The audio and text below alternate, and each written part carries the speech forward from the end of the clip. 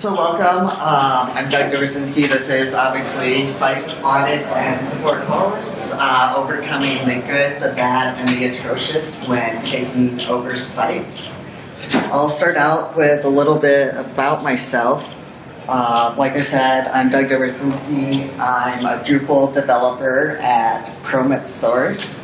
I formerly worked at Grinnell College, where I helped get going and manage their student help desk, which went from 2 of us to 10 by the time I left. I now started out at Promet doing support.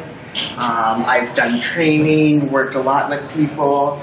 I've made websites since 5th grade. I got involved with Drupal in fall 2009 at Grinnell. But I'm actually a history major and a Russian, Central, and Eastern European Studies concentration. So it shows, as you often find in the Drupal community, many of us were not CS majors. So we're going to dive right in with the first obvious question. What exactly is a site audit? This varies a lot. There are lots of different types of site audits. I actually discovered there's a group for site audits on groups.drupal.org. It's not very active, but a lot of this information is pulled from there. So one of the most common types of site audits you'll see is best practices and site readiness. Are they using Drupal best practices? Are they using coding best practices? Are they using Drupal in a smart way that utilizes it? How easy will this site be to take over and maintain? So that's kind of the gist of that. There's site documentation. How well is the site documented? How helpful is the documentation? How helpful is the help text? One of the things we saw is this will hopefully be a lot better and a lot easier to make with the jQuery help pop-ups. You can also look at site upgrades and migrations.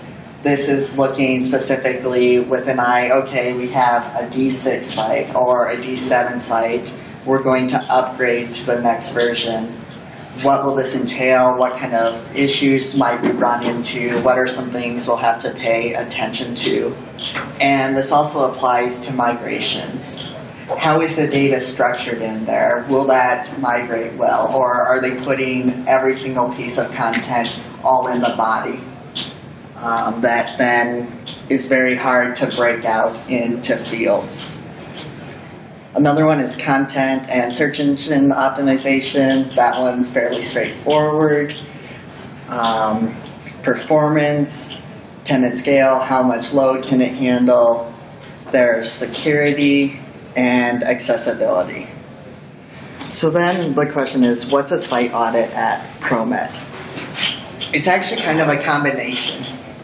So we mostly focus on best practices and site readiness. Depending on what we know the client will want, sometimes we'll tailor this and look a little more about how easy will this be to upgrade, how easy will it be to migrate.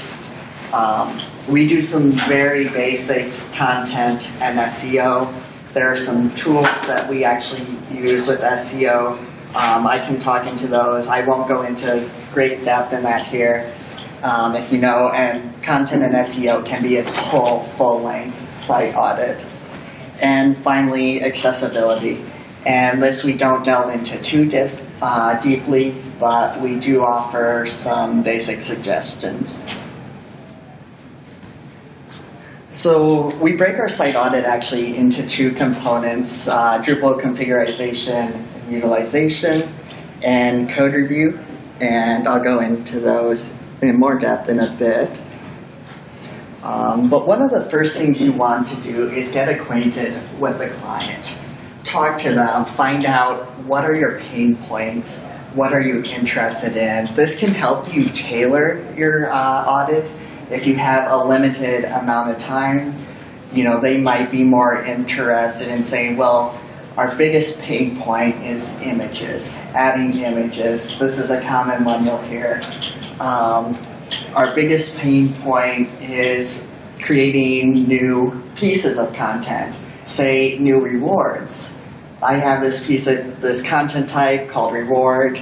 Every time I have to create a new reward, I have to go in and enter the same information on every single reward. We also ask them about their technology stack. What can you tell us about your technology stack? Can you provide us information on that?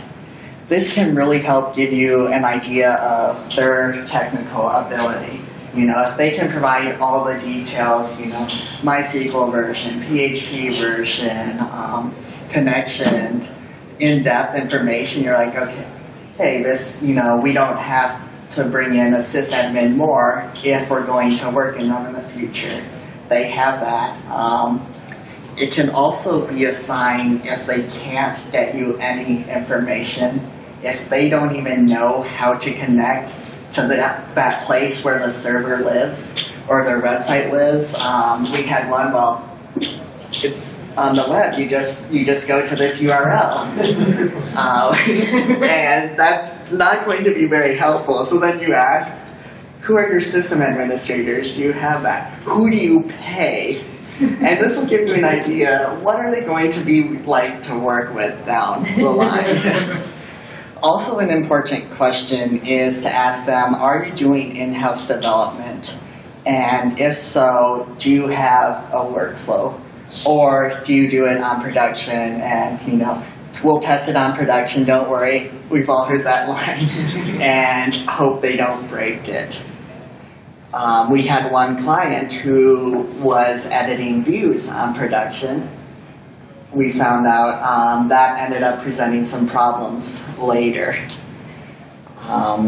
Do they have content editing process and approval? How many content editors are there on your site? Who made the site? Once you start getting into site audits and looking at different sites and taking over sites from other developers, for better or worse, you'll often begin to notice patterns from other Drupal shops. And that can both, you know, be harder, and once you really get to know, it can aid you. Here are common things that we see from this company previously, and so we know to start looking here. And obviously, access to the site. When we do a site audit, we don't touch production. We'll actually bring it down locally, which leads into the next point. And as I said, I kind of jumped ahead, sorry about that. But are they willing to provide information? Do they provide timely responses? Or does it take them a month? How easy are they to work with? You know, when you call them up, are they friendly or are they quarrelsome? And that can help be a deciding factor down the line if you want to work with them. So when we do it, we actually stand up the site locally. We do this as well so we can use some other tools. Some of the things we asked, and I touched on this a bit, but can we get the site code? Can we get a reference database? Whether this means you give us just access to your server and we do it, or can you actually say, you know, we have this in Git, give us your SSH key and we'll give you the access so you can pull that down.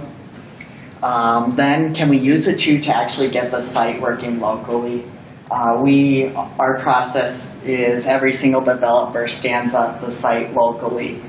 If you have a huge site where the database compressed is 20 gigs, that's might present a problem, and you know, you download their files then and they have something like 40 gigs worth of files. That's going to be a bit harder, especially to stand up locally, and something that you will want to take into account.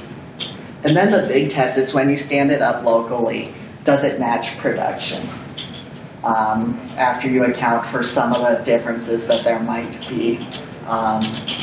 If you can't replicate their site to work on it, that's obviously going to be an issue. So again, the red flags, if you can't stand it up, and if it doesn't match reduction, you're going to have to do some extra work if you do take on this client. So some of the first places that we start is using a couple tools, and this is one of the reasons we do it locally. We don't want to add modules to their site, but the first place I always start with is the site audit module. This will provide a lot of really good overview information. It tells you how large a database is, how large the files are, what's the status, when did run, last run. A lot of really good overview information to get acquainted with the site. And you can also generate an HTML formatted report that's really nice. Also use the security review module. This can help find some of the bigger issues. Obviously, it's not a be-all, end-all. It won't catch everything. One of the big things, or a couple of the big things it'll catch is how are permissions set up? Might they be unsecure? Are, people granted what appear to be excessive permissions? Is there PHP in the content? Is PHP allowed in the text formats?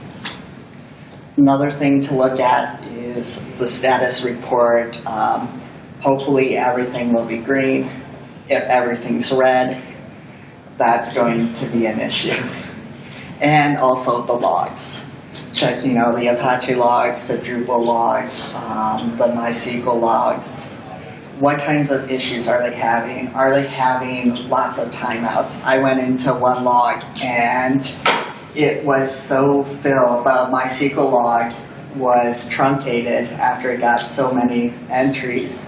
And there were so many MySQL warnings that it didn't even have that whole day's worth.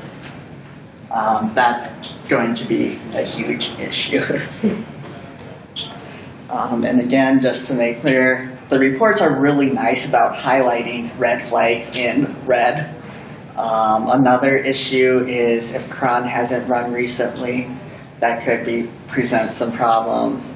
And again, a high number of errors. So then we actually get into the Drupal configuration. Obviously, this is going to vary by site. There are lots of different areas to look at. These are some of the main areas you look at that we see on every site. Content types used, taxonomy, the site building items that you use all the time. We also look at permissions and how layout is being created. So I've seen sites with a huge number of views. Even worse is when you talk to the client and find out, oh yeah, we're actually only using like 5 of the views, but we have 70 on the site. Another issue I've seen is using views to generate reports that include sensitive information that are publicly available and have actually shown up in search results, which is never a good thing. When you start looking at these, a good way to get going is asking how exactly are they using each of these? How is the site put together? Could this be done differently? Is it effectively doing what they want? And a lot of this comes from experience. You get a lot better at building sites knowing this. Again, text formats, to point to one of these.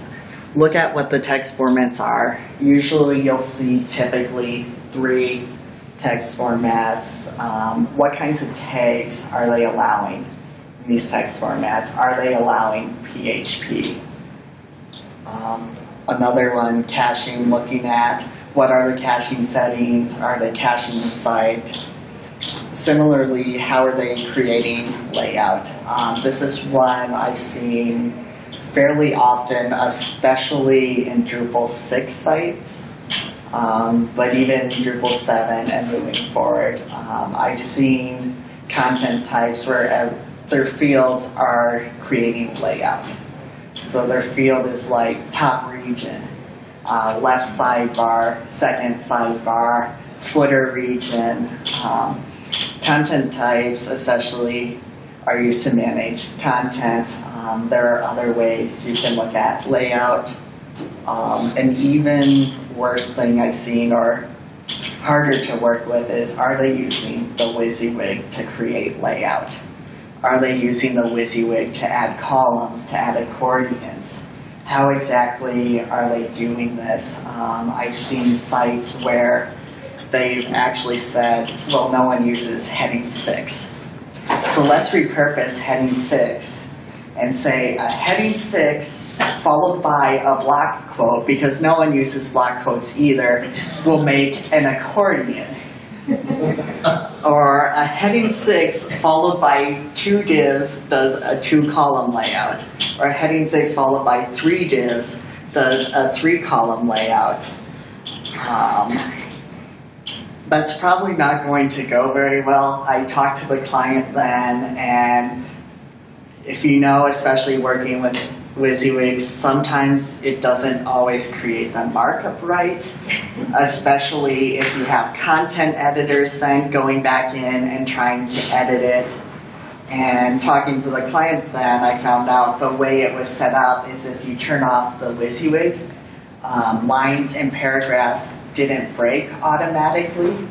So the actual HTML was 1 paragraph. And some other content editors knew basic HTML, and so they were going in and editing that 1 big paragraph, which are obviously better ways to do that, but a content editor doesn't want to have to go in and find out that, oh, this empty H6 got put in and that's creating this issue. Now that's not displaying correctly. Layout, multiple ways to do that, using context, panels, that's a better way, looking at that. You also want to look at, are there a lot, if they're using, say, context, are they well structured? Are they well organized? Does it look like they actually thought through what they're doing? Or does it look like a hodgepodge of, oh, I need this now, I need that now? I've seen instances where there were 3 different contexts applied to the same URL and trying to do the same things, and they were competing, and it turned out sometimes this one layout happened and sometimes this other layout happened, and it was driving the client crazy. So those are a few examples. You can go on a lot more. And I've hit on these, but just to make clear, some of the red flags, content types and fields for layout, especially if they're using just the WYSIWYG. Lots of views. If there's PHP in views, blocks, nodes, that can circumvent Drupal. I saw one instance where there was PHP inserted to basically override the whole page and use this other template file. And the user wondered, I'm adding content in these fields, like why isn't it appearing? Again, lack of organization, is it well thought through? Duplication, are content editors having to duplicate information? Are they using different views for each news page, for each taxonomy term, or are they using contextual filters for that? Insecure permissions or lack of permissions, so that all the users are using user 1 because they can't do anything else on their account. We actually had this happen once. We changed the password to user 1 and ended up getting 10 emails because apparently all of the people at all the editors on the site were using user 1 because permissions had never been set up. And that's something that's fairly easy to actually address and move forward. So you can actually overcome by cleaning up, looking at what functionality isn't used. If there are views that aren't being used, you can delete them. Content types, you can delete them. Obviously, you want to go through this with the client, make clear. Some of them are fairly easy to know. If there's a content type with no content and the client isn't doing any development work, that's probably one you can very easily delete. The other thing is similar content types. Are they using content types where maybe a taxonomy term is used?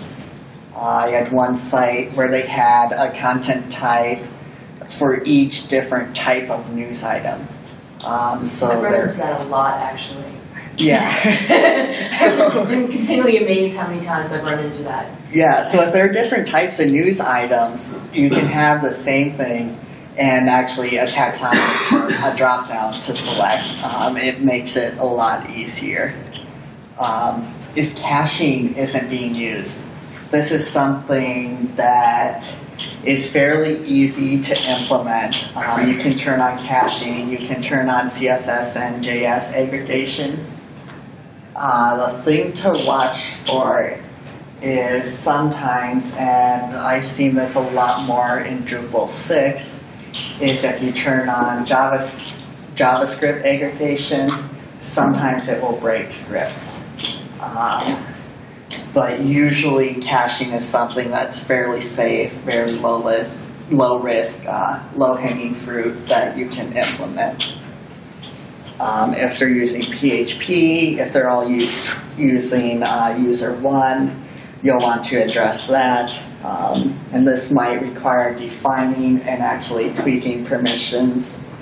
And another thing you can do is clean up users. Are former site editors still an active user on the site? Are there users from 5 years ago that could be eliminated? I've seen sites where instead of actually downloading the information for archiving purposes, they were just keeping all the users. And there ended up being something like thousands of users. And only 10 of them were active. So code review, there's the first place I start is actually with the coder module. This will look at syntax, kind of give you an idea, just a good overview of where to start. We then look also at the directory structure and vestigial files. Are there non-Drupal files on the site? Are there test files on the sites? We had one where I think it was actually a text file that looked like a web page, and the thought was, well, this is probably just, they probably just copied and pasted some HTML here just for archiving so they could download it later and debug. And we deleted the file, and most of their pages broke. Turned out this text file was actually being used as a sort of pseudo template file. So be careful with that. That's not a good sign. There are a lot better ways to do that.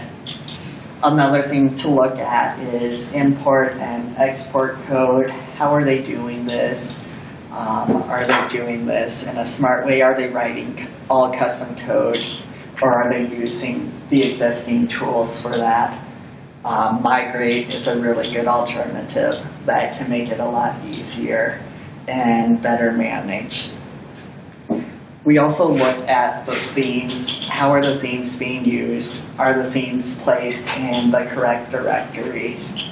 One of the big things to look at with themes is how are they using template files? Are they using template files to add content, to store content? That's something you won't want to do. Are they doing excessive functionality in template files?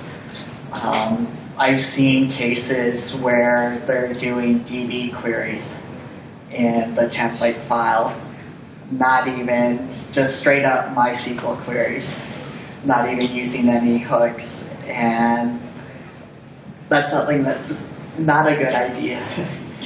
It circumvents Drupal. You can't cache that. It's really hard to find and see then where that's going on. You have all of a sudden on this page all this extra content, and you're thinking, well, this looks like a view, but it's not. So by using the existing tools, it makes it a lot easier to find functionality, debug functionality, and sometimes in the template files or even custom scripts, you want to watch again, are they doing things securely? We also use the hacked module.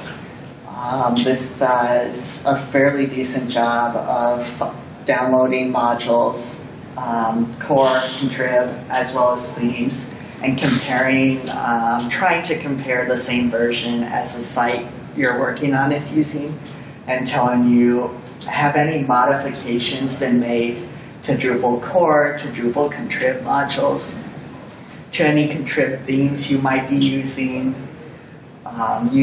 It's generally one of the big rules is you don't hack core. If you're doing functionality here and you upgrade, a lot of times that functionality will break. So you'll want to separate that out. Look at then, are they actually separating out the custom code in a way that makes sense? Are they doing it smartly, or are they duplicating a lot of functionality that could be done using contrib modules? Are they separating out functionality, or do they have one custom module called custom or miscellaneous that is thousands of lines of code that you then have to delve through? And if you don't want a piece of that functionality, you have to go in, remove it from there, as opposed to, say, just turning off a custom module. Finally, look at how they performed updates. Are there updates available, especially security updates? When were updates last performed?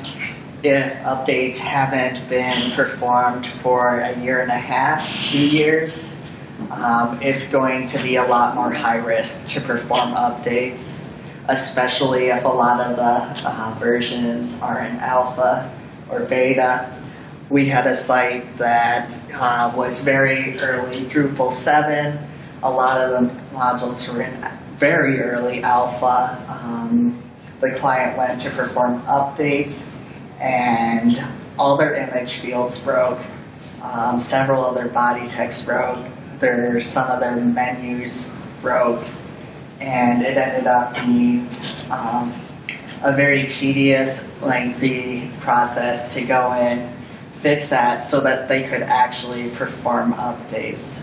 So if you're performing updates in smaller batches more frequently, it's a lot lower risk, easier to do, less time, and it'll save hassle in the future.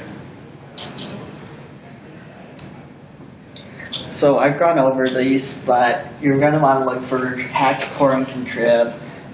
If there's custom functionality that's, again, duplicating the functionality that could be done in contrib. If they're relying on templates very heavily, using templates even for content, that's a bad sign. Any content in code is going to make things harder. There's one site that they had these e-leads emails, and depending on what group it was you were viewing on the site, it would determine who got those emails. Client wanted to change those emails. There was actually a spot in Drupal in the content type where it looked like they could change it. They changed it. It didn't work. They weren't getting the emails. They were still going to the old email address. And it turned out the email addresses they should go to had been put into the custom code. So for them to change their emails, we had to go and change it. And so we did, and we found out then that you're mostly going to the right spot. So do some more digging, and it turns out every single email was stored in 3 different places in the code. And so that you're having to make 3 changes to account for something that's once that if it's on a field in Drupal, the client can change it in one spot and they don't have to call you. If there's lack of documentation in the code, that's also a sign. Documentation can make the code a lot easier to read, a lot easier to find what you're trying to fix then. If they're saying, you know, adding conditional to do this explicit thing, you can search the code what that thing is and find it very easily. If it's 800 lines of straight code, no comments, you have to go in and read the code, figure out what's going on, where it's happening, and that's going to take a lot longer to change things, to remove functionality, to fix things, and to debug as well. And again, this is kind of a rough number, but if there are over 3 months worth of updates where no updates have been performed, it's going to take longer. You're going to run into more issues, generally. So how do you overcome this? How do you move on? There are some easy things you can do. If there are just test files, backup files in Drupal core root, you can remove those. Again, always test before, even though the file might look safe, it might be being used somewhere. But generally this is something that's fairly easy to do. You can replace functionality that's done in custom code or with contrib functionality. This makes it, again, easier to maintain. You're not relying on one person to maintain this custom code. You have a whole community behind you helping out. The flip side of that is sometimes the community contributed code can break it, and then you have to work with that. But you can also then come in and say, oh, this happened, you know, they performed this fix on, say, the views module, and it broke this, and we need to fix this thing on our site. I'll go in and fix this now in the contrib module, views, and I'll contribute that back to the community. So you're not just working for yourself, you're helping out the community, and it's a much better value that way. And finally, you can perform updates, especially security updates. That's something you'll very much want to do. So again, just to highlight, there are quite a few resources out there. There's actually a site audits group on Drupal.org. Like I said, it's not very active, but it does have some content, some links to other resources that are very helpful. Other people will post what they do, some checklists they go through. If you're doing site audits, it would be amazing to get this group back and more active and using the community. That's one of the big things that we heard in the keynote, is the community is huge. And we can help each other out. We can bounce ideas off each other. And that's one of the beauties of open source. And it helps you too. There are selfish reasons for it, but a few good places to start is looking at also the guides and documentation on Drupal.org. So for Drupal configuration and utilization, it's just at Drupal.org/best practices. And then there's also coding standards and best practices. You're going to be doing site audits. If you're doing development, if you're doing site building, you should definitely read these if you haven't. There are good keys, tips, suggestions, how to move forward. So I thought it'd be fun. I've shared a few examples through. I kind of blew through a lot of things. We could go into a lot more depth, but I wanted to give us some time to open up, ask questions, maybe share what's some of the biggest challenges you faced. How have you overcome them? I actually have a sort of funny story. So we caught this before it went live. We had a client, we gave them, I'm usually pretty restrictive on permissions that I give users, but we gave them permissions to do web forms. Seems innocent enough. They put together a web form that included taking in credit card information. Yeah. I sent a note to my PM like, do you know how many laws they're breaking? Because we didn't set up SSL because it was a very basic site, you know? And I was just like, and it's being stored in plain text. Yeah, definitely. Like I said, we caught it before it went live, so yeah, it that's wasn't a whole lot very worse. good. You could do that. Good. When do you what would be the cutoff to say dropping a site? Like you get a new client, their site's in such bad shape that you're just like, look, we need to rebuild this. Like we can't support it. Have you ever just had to turn a client away or? So that question gets very complicated and very much by who your leadership is, what the process is. I would strongly encourage companies, if you're a developer, say honestly, I don't want this. I don't ever want to work on it. I don't want to take this site on. And for managers, I would encourage you to be open and to listen to them and ask them why, what are their reasons. So I know that's kind of a non-answer, but yeah, sometimes it's not our decision, right? And sometimes you can set forth an intermediate step. You can say, well, to get your site to where we can even work on it, we need to, get it into our workflow. We need to get it to a point where we can stand it up locally, where we can replicate production. We're estimating that at taking this many hours. And we also need to get it onto a server that can handle your load, that doesn't crash when a user is trying to edit a site. And implement caching. Very basic things. Here's what we need to do before we'll do any other work. Here's how much it will cost. And sometimes the client will say, great. Other times that is kind of a self-filter. They'll say, well, no, we want to do new work. We don't want to do this first, or this is too much. And you say, but we can't do any new work until we do this, and you pay this. And they'll say, okay, then we're not working with you.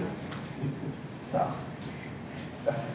Could you talk a little bit about the local environment that you use for scanning of sites? Like what environment do you use? So we use Vagrant and VirtualBox. Our sysadmins and one of our solutions architects have really taken on using Chef to get it set up. We have a spot we start, kind of a standard repo. We call it default D7. So we download that. We can have a new site. We actually just use bash scripts to invoke drush commands. So depending on the environment, we'll do things like dropping the old database, importing the reference database, enabling certain modules on this environment, enabling other modules on that environment. And those are just bash scripts that are getting run. And now we're moved to a pre-provisioned box so that we don't have to worry as much about building a virtual box on our machine and making sure all the packages are installed on it with cookbooks from Chef. You can go into that in a lot more depth. That's kind of very high level. John? The security review module, does that also check file permissions on the server? Yes. Do you ever use any third-party tools as part of the audit process, like new relic or anything like that? Our sysadmin will do some testing with Loadstorm. I'm not as involved in that side of it. Sometimes for accessibility and basic SEO, there are some tools you can use. There's actually a good accessibility checker from University of Illinois that will check very basic things and analyze. There are sites like WebPageRank. There are also some modules that will help do these SEO checklists. We'll provide some tools for that, but we don't use a whole lot of third parties.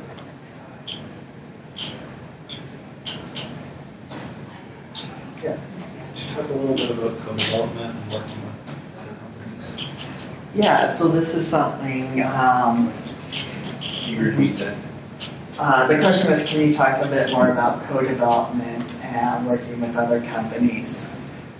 So one of the challenges we ended up having is because of our structure working locally, our web root was in a subdirectory in the project folder, and we wanted to version control our files that create our local environment and do our builds and pushes. And so the issue then is using existing tools can really help. In this case, we ended up using Git subtree. The other thing I would encourage is talk to these other partners, talk to these other development companies. The other issue we ran into that was aversion to settings. Once we talked to them, once we found out, they're like, just add this piece of code to the file and that'll take care of it. If it's a client that's doing development, it can vary. It can be hard to work with them at times, depending on their level of knowledge and what they're willing to do. And the best thing to do in that case is, again, talk to them, find out what they're doing, what are you willing to do. Maybe they're doing some versioning. Maybe they're still using SVN in a sort of way and trying to build on Windows machines. And you say, hey, here's another way you can do it. We do it all on Macs. If you have that, we can move you to that and help you out. And sometimes they're willing to say, yeah, we'll pay you to train us and help us get on a good workflow.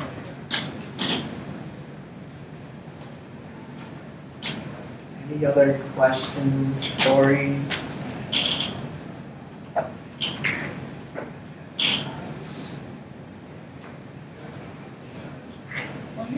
Can I ask a follow-up maybe a little bit to the question earlier about like at what point you say, oh my god, the site's a nightmare, we don't want to deal with it. Like, as somebody who is like in charge suddenly of a nightmare site that like I know needs to be like needs help at so many different levels, like do you have any kind of either anecdotal experience or actually sort of rules at hand where you would say to the client, really, it's not worth it to clean it up in this way. It is worth it to rebuild it, like, and not in this kind of like, okay, I just don't want to deal with this, but like actual kind of advice that you would say, like, where is that cutoff point between you're not going to be able to clean this up in a cost-effective way, or it doesn't make sense for your company to do it?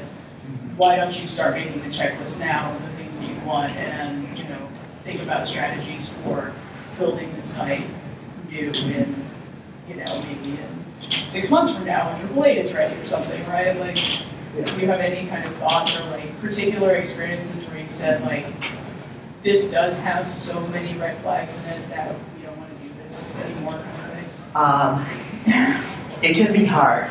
Right. Sometimes it comes down to where you have to fix it. Another thing, sometimes you can talk to the client and ask them about their pain points and say, what are you looking at? You're like, well, we have all these pain points, We actually don't like this aspect of the site and this aspect of the site, but that aspect. And sometimes, in a good world, the client would start thinking, wait, we actually don't like our site at all. We just should redo it. When it gets to where they say, no, you have to fix this, it's hard. Sometimes it can be a black hole, unfortunately. The other thing I would recommend doing is prioritizing. You know, what fixes are critical for you. We had one client where they were doing some feeds, custom, it wasn't working right, it sometimes was, and they're finally like, you know what, this isn't worth it, just cut it. So doing some of that. If it becomes to where you're spending time and not making progress, if you're spending 3 months on that project all the time, and you're getting burned out, losing your sanity, and you're making no visible process, at that point, I would strongly encourage you to go to someone up, your PM, maybe your CTO, however that structure is, and say, look, here's the situation, we're not making progress, I'm getting burned out, our other projects are falling behind, I'm ready to quit because of this project, because of that. And sometimes that's enough to say.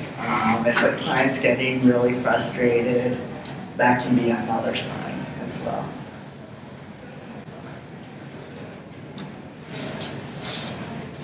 We can go a little longer if you want, otherwise feel free to head out. I'll stick around for a bit if you have more. Any last thoughts, questions before? Thank you.